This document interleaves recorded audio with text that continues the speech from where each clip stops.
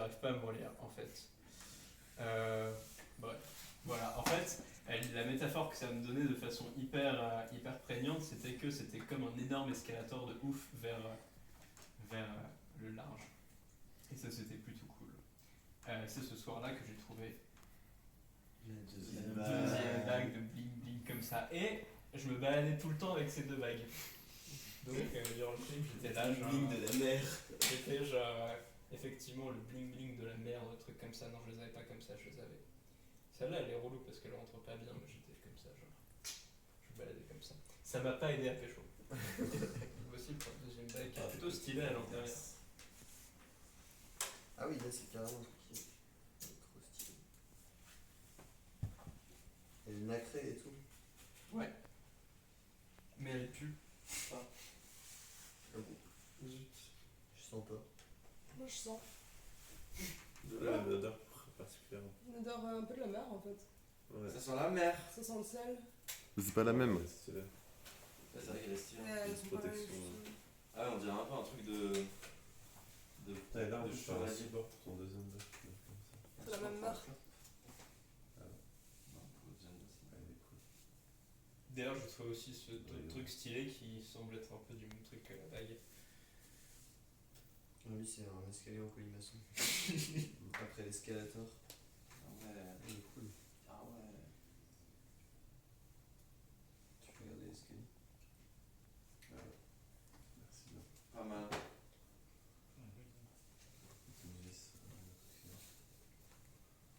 C'est du 6 ça ou non? C'est du quoi? Du 6 en visserie. C'est une vis. Une vis. Plutôt une vis à placo.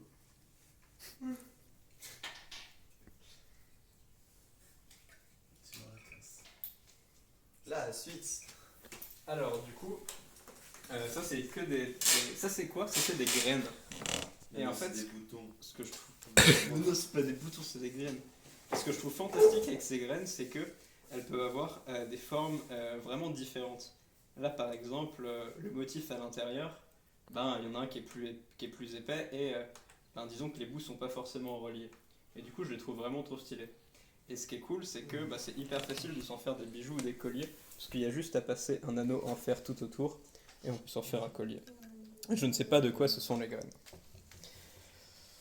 Retour à Lisbonne, en bagnole. Là, à ce moment du trip, j'étais pas forcément bien parce que ça faisait 3 jours que j'avais juste pas dormi. Manger que des fruits. Peut-être que c'est parce que j'avais mangé que des fruits. Mais par contre, je faisais des rêves trop ouf. Et les rêves étaient notamment liés à ce que j'avais fait pendant la journée. Pendant une journée, on avait parlé de marée haute, marée basse parce que justement, on devait, pour aller dans ces grottes, on devait aller marée basse et pas marée haute. Et du coup, on devait faire gaffe. Et il y a un rêve assez stylé que j'ai fait où j'étais dans une coloc avec mon pote à fond dessous et je me suis réveillé donc dans le rêve et c'était il y avait de l'eau qui était à hauteur de mon lit, mais c'était tout à fait normal parce que on habitait dans une coloc au bord, dans un espèce de bord de mer où c'est normal que le premier étage soit complètement sous l'eau. Et du coup, genre, je me déshabille et je passe par la porte. Et là, il y a juste un type avec une bouteille de champagne qui rentre dans la baraque. Voilà. Et là, j'ai juste un pas à faire pour me jeter dans l'eau et pour prendre ma douche. Et ce qui se passe, il s'est passé un truc trop étrange, c'est que j'ai eu une forme de paralysie du sommeil dans le rêve où j'étais bloqué sous l'eau et j'avais ce discours intérieur, putain merde, je vais mourir, je suis keblo. Et genre pendant 3 secondes, j'avais dans cette rêve cette sensation d'être complètement bloqué. Et il y a un moment donné, j'ai réussi à je sais pas, Extirpé. je me suis extirpé comme si mes muscles étaient redevenus en mon pouvoir. Et là après, je me suis réveillé et en fait ces rêves ils étaient vraiment chargés. Disons que j'étais vraiment dans un état de conscience assez fort et du coup je me reposais pas du tout.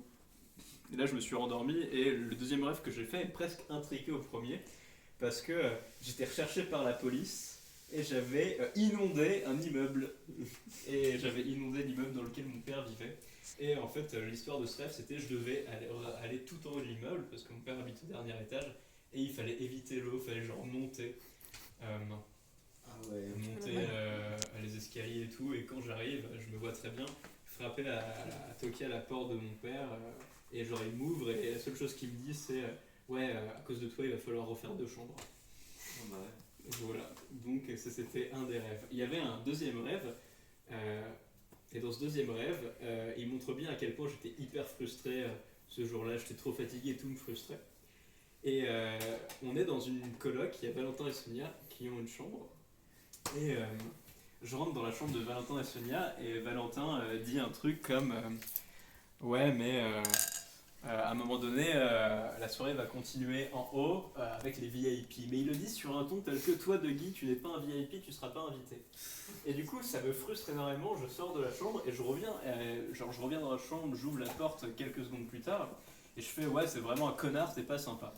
Je repars et je reviens une autre fois de l'autre côté. Et là, j'ouvre juste la porte et je fais un doigt d'honneur à Valentin. Et après, je prends la porte et je la ferme sur mon avant-bras comme ça plusieurs fois. Et du coup, après, je me barre et il y avait une énorme rampe d'escalier dans cet appart et je me suis mis à faire des tricks avec mon corps dans cette rampe d'escalier. Et je pouvais vraiment faire comme un serpent.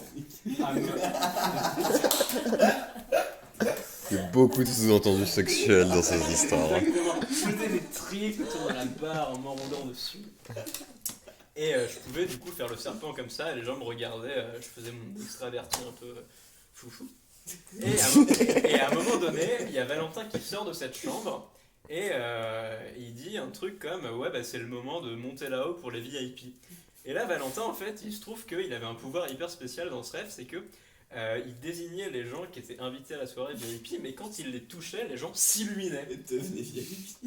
Voilà, ils s'illuminaient. Il y avait genre un halo de lumière autour d'eux. Et il se trouve que Valentin me touche. Et du coup, je m'illumine. Mais ce qui s'est passé dans ma tête, dans ce rêve, c'est que j'étais vraiment un putain de rageux. Je me suis dit, ouais, mais j'en ai rien à foutre. Je vais faire comme si j'en avais rien à foutre. Je vais pas monter là-haut. J'ai envie de lui faire du mal. Du coup, j'ai continué à faire des textes. Sur la barre. Et là, Il a raté la super soirée qu'il y avait dans la chambre. C'était énorme. Il y avait sûrement Georges, juste. Mais On aurait pu enfin savoir. j'avais un accès à Georges peut-être dans ce rêve, mais finalement, on n'en saura rien puisque je me suis réveillé. J'ai fait plein d'autres rêves hyper chargés que j'ai notés, mais c'est surtout ces deux-là dont je me souviens particulièrement. Ouais, donc après, on est remonté à Lisbonne.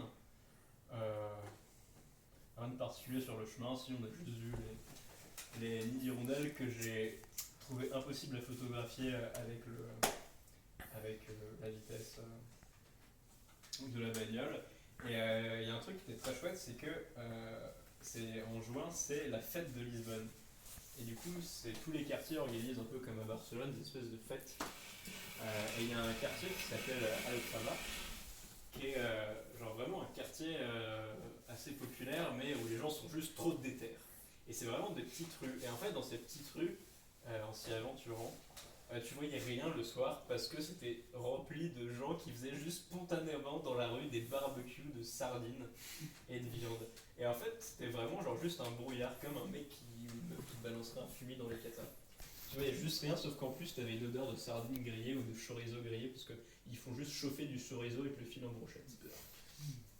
Et mon pote étant végétarien, ça a été vraiment très dur pour lui d'éviter le chorizo.